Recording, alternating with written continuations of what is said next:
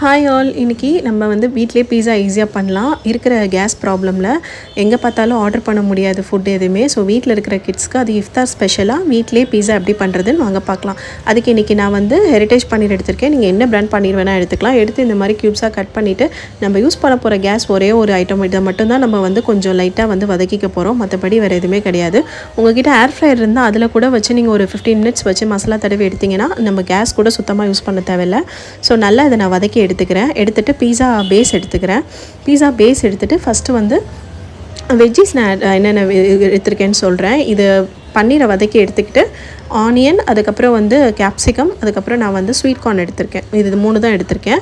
அதுக்கப்புறம் வந்து cheese spread எடுத்திருக்கேன். அப்புறம் இந்த பேஸில் வந்து நல்லா நம்ம ஃபோக் வச்சு குத்தி விட்டுட்டு பீஸா சாஸ் தடவிக்கலாம். பீஸா சாஸ் இது வீட்டிலே பண்ணி நான் வந்து இந்த மாதிரி பாட்டிலில் போட்டு வச்சுருக்கேன்.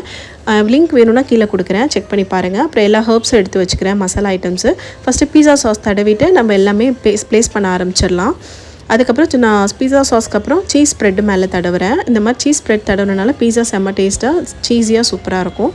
அதுக்கப்புறம் கொஞ்சம் ஸ்வீட் கார்ன், அதுக்கப்புறம் ஆனியன், குடமிளகா, அதுக்கப்புறம் நம்ம ரோஸ்ட் பண்ணி வச்சுருக்கிற பன்னீர், இதையும் எல்லாத்தையும் ஆட் பண்ணிக்கலாம்.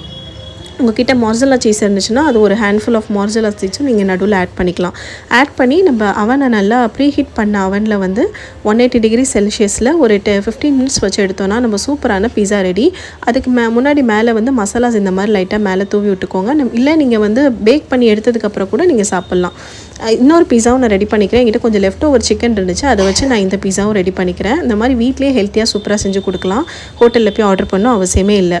இந்த வீடியோ பிடிச்சா லைக் பண்ணுங்கள், ஷேர் பண்ணுங்கள், சப்ஸ்கிரைப் பண்ண மறந்துடாதீங்க. தேங்க்யூ ஃபார் வாட்சிங். பாய்.